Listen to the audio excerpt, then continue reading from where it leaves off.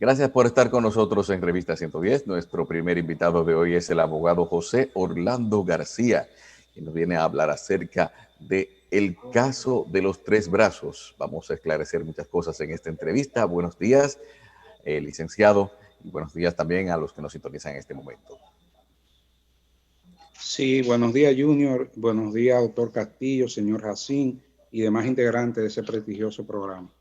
Bien, licenciado, todos recordamos hace ya yo creo que 2 años el tan mencionado caso de los tres brazos. Nosotros recordamos, siempre hemos tenido una idea clara de todo esto, recordamos, conocemos una zona de Santo Domingo que según tenemos conocimiento eran unas tierras que fueron originalmente invadidas hace muchos años. La gente fue creando construcciones, gente que tomó tierra que no eran de ellos. O sea, eso es lo primero que aquí nunca se toma como base y que yo recuerdo.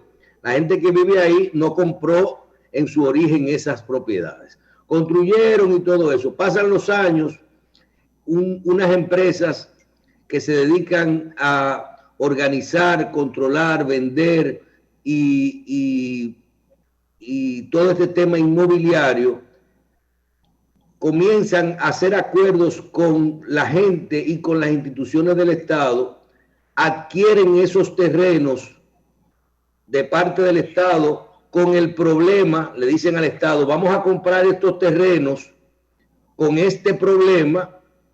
Y yo siempre decía, para mí, dicen que lo compraron barato, para mí una cosa que está invadida no vale nada, pero vamos a invertir en titularlos, deslindarlos, organizarlos legalmente, sacarle los papeles a esa tierra y en conjunto con la comunidad miden, deslindan, abren furgones, abren oficinas de venta y todo eso de un terreno que compraron a cualquier precio porque no valía nada, porque estaba invadido, de unos terrenos que en este momento creo que eran de Corde. Luego que pasa el tiempo, vemos de un momento a otro dos situaciones.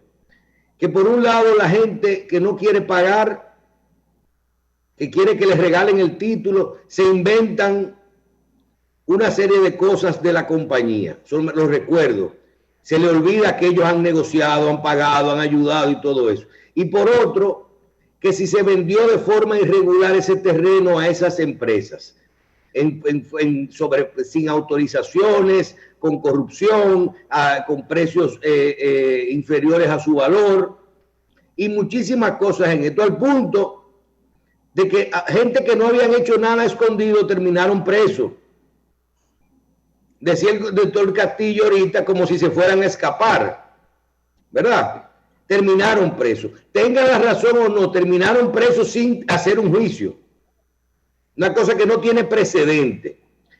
Doctor, iniciemos esta parte. Ese es nuestro punto de vista, pero es un poquito de lo que recordamos del caso.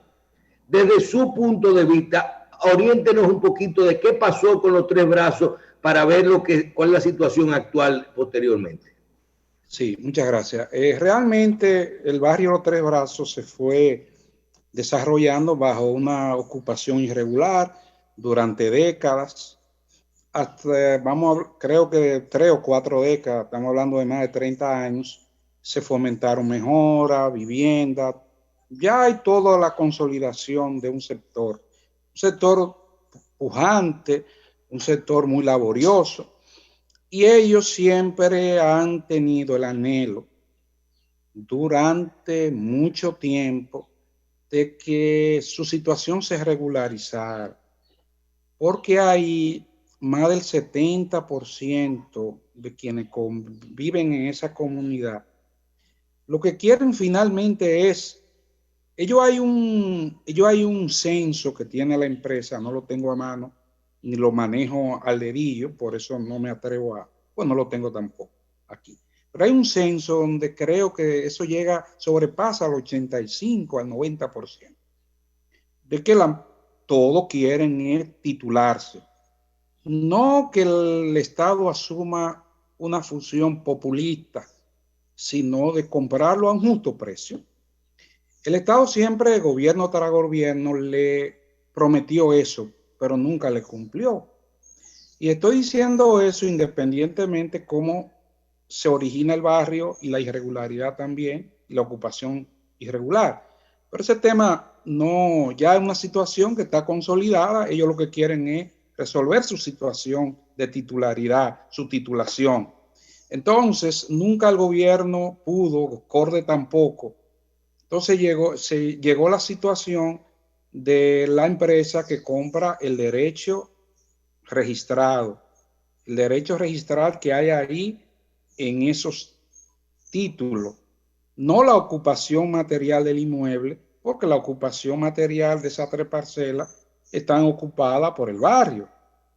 ¿Qué indica eso? Que el precio obviamente no podía ser el precio como si tú me estuvieras vendiendo titularidad y me estuviera vendiendo la ocupación material del inmueble. Por ejemplo, yo tengo 10.000 metros en Cotuí, que me gané un caso, y el barrio después finalmente se invadió, y supuestamente ellos venden a 1.500 el barrio, yo tuviera 15 millones, y usted, doctor Jacín, viene hoy a darme $500,000 hoy mismo se lo firmo, y le traspaso esos 10.000 metros, que supuestamente pueden valer 15 millones de pesos por 500.000 pesos. Porque para mí eso es un problema. Entonces, ¿qué resulta? Esta empresa es una empresa especializada en eso. Ahí hay gente que yo conozco de hace más de 15 años, yo como abogado que le he trabajado en proyectos inmobiliarios, y donde hay una capacidad y un capital humano tremendo, tanto así que lo que el Estado no pudo hacer en 30, 40 años, esta empresa lo hizo en 3 o 4 años. ¿Qué? El proceso de titulación. Obviamente el Estado había iniciado y ellos parten de un punto, pero ahí hay un capital humano que mucha gente de esa prensa mediática que cogió el tema y acuñó la frase, vendieron un barrio con gente adentro, lo cual es ofensivo para la mayoría de los comunitarios de ahí, de los verdaderos comunitarios. Entonces, ¿qué resulta? Que ellos en 3 o 4 años terminan un proceso de titulación que no lo hizo el Estado y la gente está conforme con el proceso de titulación que llevó a cabo la comunidad. Y tal como usted señalaba, eso se hizo durante un espacio de 3, 4, 5 años público. Ahí la comunidad y los representantes de esas empresas llegaron a un trabajo en conjunto y había todo un empoderamiento de la comunidad, de los representantes de la empresa. Ahí había estafeta de 2 bancos con oficinas financiando a la persona. Ahí se le financió a cientos de personas, a la banca. Eso tenía toda una consolidación y eso representa para la comunidad un gran progreso por el tema de la titulación para asegurar su inversión, pero también para tener acceso a crédito. Y me refiero ahí al sector comercial e industrial, mediano y pequeño que tiene el sector, que con su local, con su terreno, su taller titulado, pueden tener acceso a uno de los eslabones más importantes del ejercicio empresarial, que es el acceso al crédito. Se le tronchó, sencillamente se le tronchó, porque el Estado vio, o los representantes del Estado vieron una oportunidad para darle un enfoque populista. Y muchas personas se aprovecharon también de la situación y crearon el problema. ¿En qué consiste la ilegalidad que se alega en este caso? ¿Cuál es la acusación que ha presentado? Fíjense, la situación, la acusación del Estado o lo que nosotros hemos incoado. No, de lo que se acusa a las personas que promovieron el proyecto. ¿Cuál es la irregularidad que se ha alegado ahí? Todo eso que se hizo. Perfecto.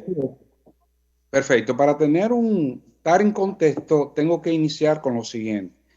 Titulate e Infepa, específicamente Infepa, hace negocio con una empresa del Estado, pero una empresa de comercio.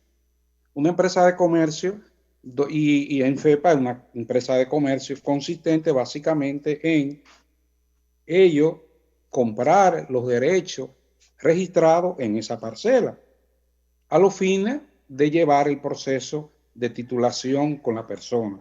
Antes de Infepa suscribir ese contrato, hubo un levantamiento en la comunidad y ese levantamiento daba de que en un porcentaje muy alto toda la comunidad quería la titulación, no la dádiva, no que el Estado le diera eso. Y el Estado tampoco lo podía dar. ¿Ustedes saben por qué no podían dar esos terrenos? Porque eso era propiedad de una empresa de comercio de Corde, digo, de una empresa de comercio del Estado, pero de comercio.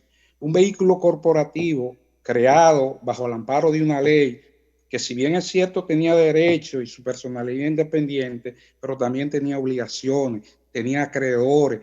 Y usted sabe, doctor Castillo, como abogado, que los bienes del deudor es la prenda universal de los acreedores.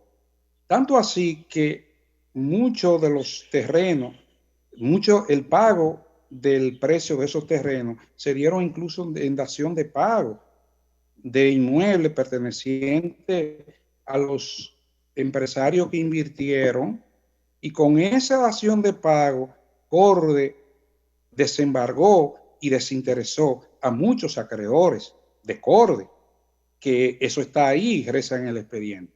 Entonces resulta que el traspaso de la negociación consistió en eso, de comprar esos derechos registrales y ellos llevar su proceso de titulación con la persona.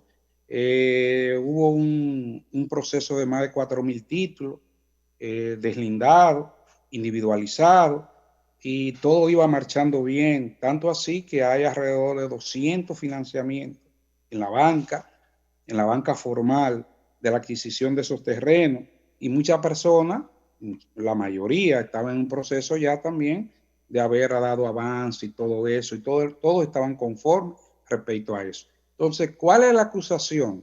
La acusación es que no se podía vender un bien sin antes ir del Estado, sin antes ir al Congreso.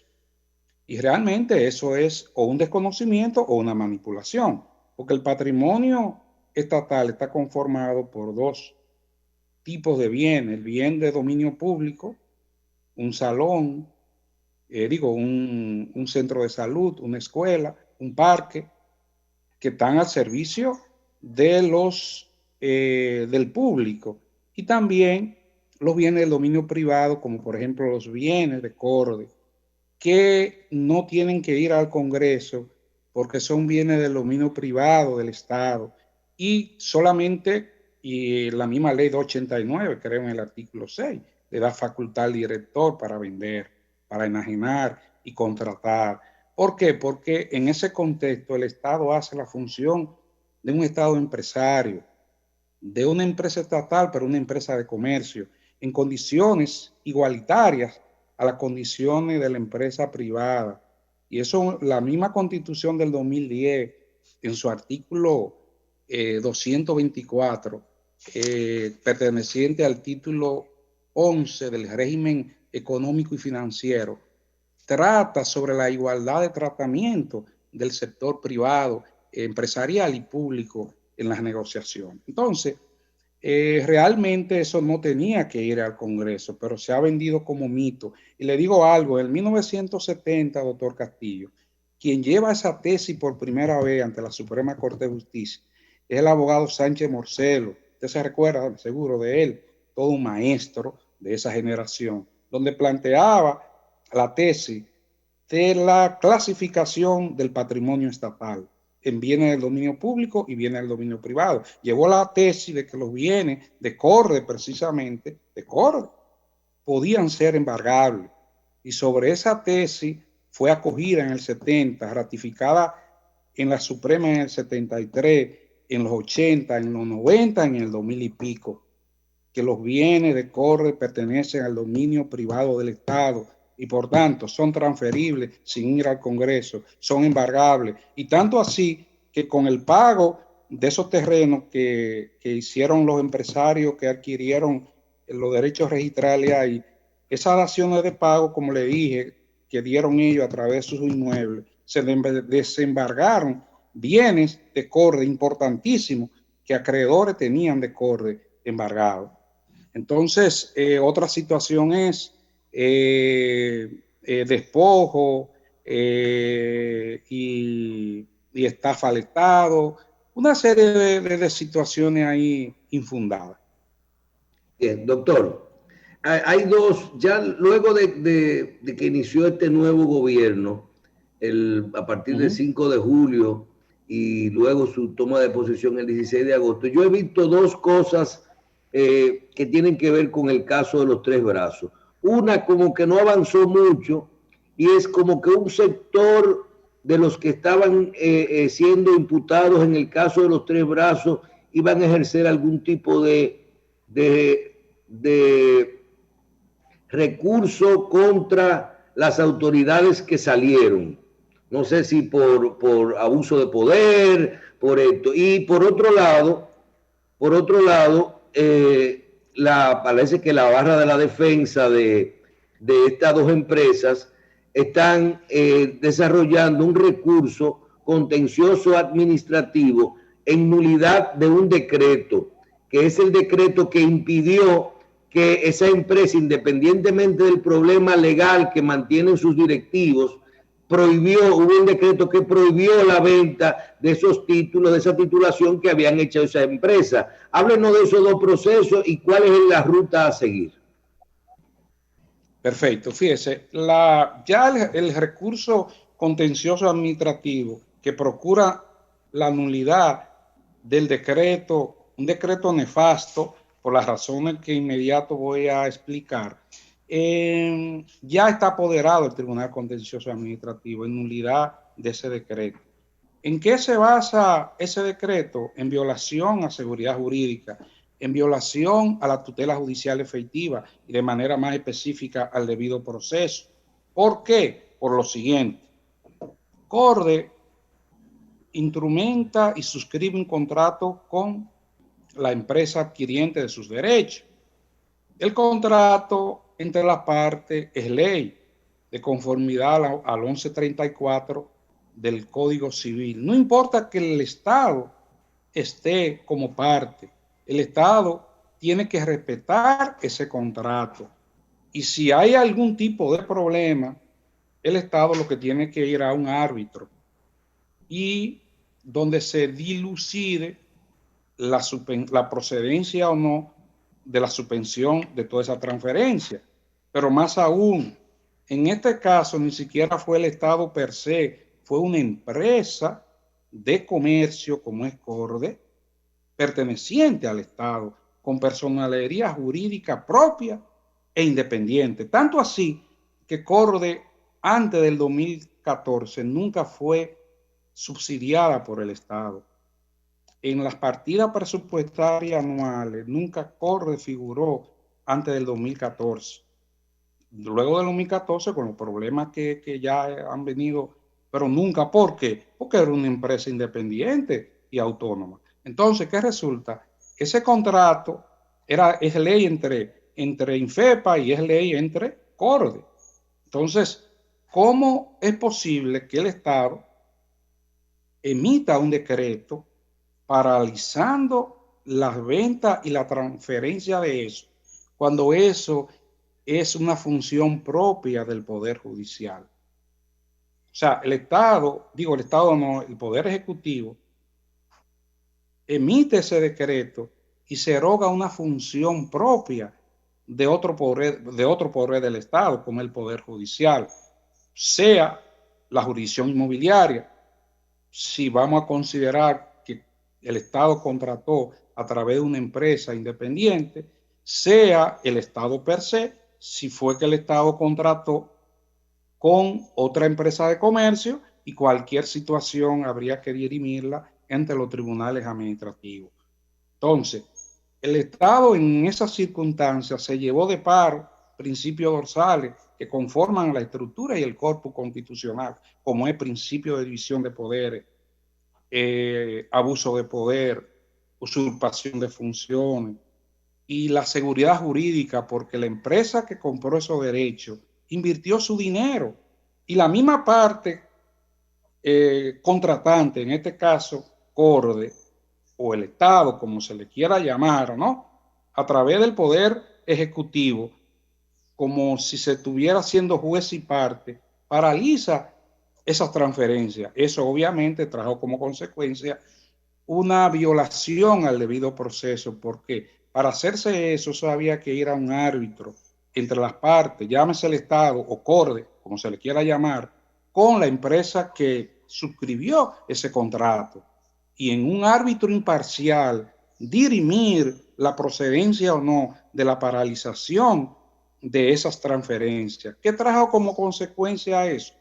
Daño tremendo para la empresa, porque todo el proceso que se estaba llevando a cabo con los comunitarios, transferencia de los derechos registrales ya individualizados, vale decir, ya deslindado, se estropeó, y se estropeó también la situación del proceso de financiamiento con la banca. Ahí hasta el sistema financiero del país se vio afectado, porque ya ellos habían financiado casi 200, ciento y pico, 200, no recuerdo la cifra precisa del proceso de titulación. Entonces, doctor, resulta la empresa, los afectados, independientemente de este proceso de declarar la nulidad, van a solicitar a llegar a algún tipo de proceso directo contra los funcionarios salientes. Bueno, eso tengo entendido que sí, hemos hablado. Esa parte la va a manejar otro equipo de abogados, la parte del querellamiento por las violaciones que ha incurrido quienes formaron parte de esa comisión, quienes llevaron a cabo la emisión del decreto y todo eso. Eso ya otro equipo de abogados. Ok, la parte doctor, penal. licenciado. Nosotros estamos trabajando la parte penal. Ok, otra pregunta. En lo que tiene que ver con los tres brazos, que siempre se ha hablado de que hay un fallo pendiente del Tribunal Constitucional. ¿Qué es lo que está pendiente de fallo del Tribunal Constitucional? Que si lo fallara, todo se aclarara. En el Tribunal Constitucional se llevó a cabo una acción directa de inconstitucionalidad en contra del decreto, ante el Tribunal Constitucional, obviamente, procurando la nulidad de ese decreto. Ya eso tiene un año y pico, me parece, en el Tribunal Constitucional, pero no ha sido fallado. No ha sido fallado todavía y estamos en espera de que sea fallado. Y respecto a la nulidad de la en sede administrativa, está fundamentada, como le dije, en el asunto de la seguridad jurídica, la violación de la tutela judicial efectiva, específicamente el debido proceso. De un día a otro se paralizaron la venta a través de un decreto emitido por una parte que forma parte del mismo contrato. Otro tema, licenciado, cuando se analizaba, nosotros no somos abogados, nosotros lo que hemos visto el caso desde afuera, pero sí dicen que CORDE vendió de forma irregular, que esto, que lo otro, que no se sabía. Y yo le pregunto, cuando CORDE, así como es una institución aparte, tiene un consejo, cuando todas esas operaciones se le venden esos terrenos a Infepa y a Titulatec en su caso, esa operación la firmó directamente una persona del director de CORDE o la autorizó un consejo. Fíjese, eso lo firmó el director, pero estaba avalado por el consejo. Aunque el artículo 6 de la ley le da facultad al director. ¿Pero lo avaló el consejo o lo desconocía la operación? Eso era de conocimiento. Tanto así que CORDE ha transferido cientos de transferencias, más de 400 transferencias en diferentes funciones de diferentes directores que han pasado por Corde y nunca hubo problema. Nunca hubo problema. Ah, o sea, no es una operación única. Esas operaciones de venta tienen precedente. Tienen precedente. ¿Y por qué esos casos no se han cuestionado y se han anulado? Esas ventas. Entendemos que en este caso se cogió como un instrumento el caso de los tres brazos. ¿Para qué? Para tres cosas básicas. Número uno, había que bajar un poco la marea con el asunto de Odebrecht y otros casos de corrupción. Y era más fácil conseguir coger este como instrumento, donde no había gente muy cercana al gobierno pasado involucrado en este caso. Número dos, ellos les interesaba mucho llevar un proceso de titulación. Y parece ser que otra de las encartadas, la directora nacional de Asuntos de Registro de Títulos, la doctora Rosabel, parece que ese cargo le interesaba mucho al gobierno para llevarse de paro también y ubicar a otra persona. Pero yo recuerdo que yo fui con un camarógrafo a una rueda de prensa al registro de títulos, y donde la directora Rosabel públicamente en una rueda de prensa le entregó a la empresa Infepa y Titulatec los primeros 2 o 3 mil títulos físicos cuando salieron públicamente. Claro. Porque como acto de que por fin una empresa había decidido titular terrenos que no costaban nada invadidos para podérselo entregar a la gente y poder regularizar a esta gente y que se pudieran bancarizar y todo eso, y que esa empresa se arriesgó en el proceso de regularización, de deslinde, de venta, y eso fue público. Fuimos los miembros de la prensa a una entrega pública, y a esa señora se cuestionó por eso. Y muy satisfecha la comunidad, número uno. Número dos, que algo muy importante, que eso fue avalado por una decisión del Tribunal Inmobiliario. O sea, por eso ese decreto ha sido nefasto. Se ha llevado los preceptos constitucionales todo de paro. El corpus central, columna y vigas centrales del corpus constitucional de la Constitución, como es división de poderes, seguridad jurídica, tutela judicial efectiva, se lo llevó de paro. Una decisión dada por el Tribunal Inmobiliario, que a la postre fue ejecutada por esa registradora de títulos, fue desconocido a través de ese decreto. Es increíble, y eso tenía conocimiento todo el mundo. Doctor, finalmente, ¿qué puede cambiar con estas nuevas autoridades, nueva Procuraduría, nuevos agentes envueltos en el proceso? ¿Qué puede cambiar en este momento? Y en la parte final, díganos cuáles serían los siguientes pasos a seguir ahora a corto plazo, a ver si se le busca una solución en dos sentidos.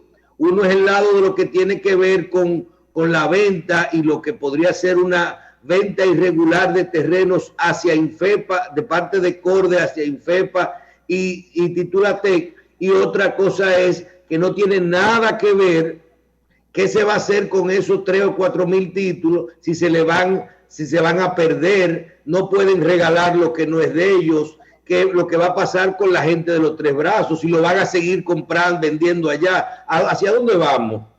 Fíjese, antes de eso, quiero precisar algo. Hubo una información muy manipulada de que la empresa iba a llevar proceso de desalojo, y eso es mentira. Ninguna iniciativa, ni siquiera una notificación a ninguno de esos comunitarios se hizo. Porque la idea de la empresa era el asunto de la concientización. Por eso se trabajó desde antes de suscribir el contrato para ver la factibilidad y la disponibilidad que tenía la comunidad y la conciencia de la titulación. Es decir, el negocio para esa empresa no era desalojar de gente. El negocio y su enfoque era llevar a buenos términos cómo se estaba llevando el proceso de titulación, a buena ley. Entonces, cuando esa etiqueta de que vendieron barrio adentro, una etiqueta muy manipulada por una parte de la prensa, que le ha hecho tanto daño y le va a hacer tanto daño al desarrollo comunitario de ese sector, de que se vendió un barrio con gente adentro, cuando lo que hubo fue una negociación de la titulación en coordinación con los verdaderos representantes de la comunidad, no con representantes que buscaron de otro sitio, sino verdaderos representantes de la comunidad.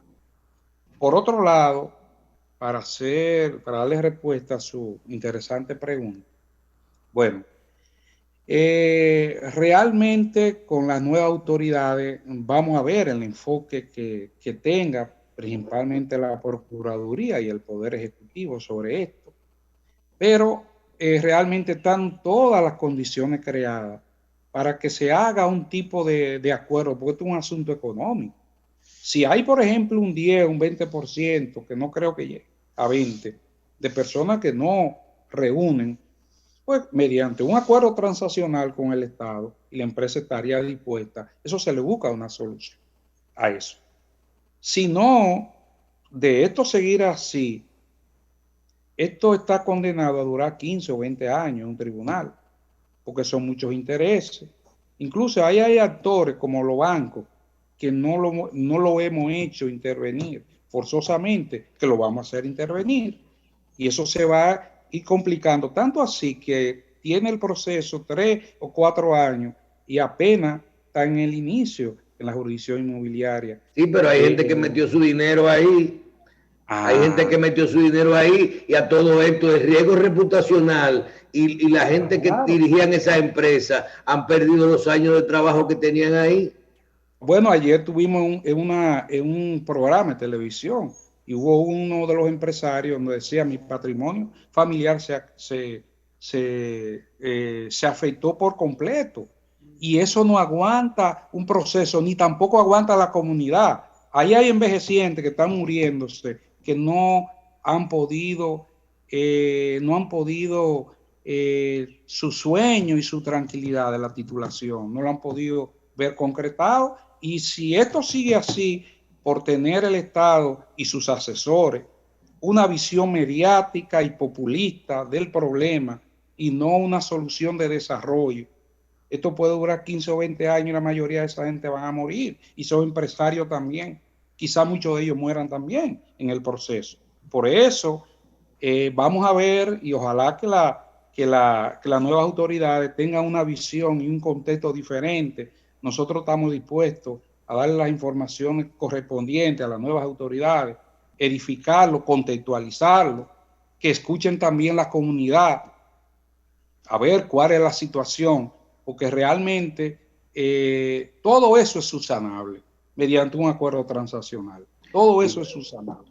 Bien, vamos a aclarar que nos llaman de nuestro departamento de prensa y nos aclaran que cuando se recibió allá en el registro de títulos, los títulos, también el personal correspondiente y la gente de Titulatec entregaron allá a los que habían pagado sus títulos directamente los títulos.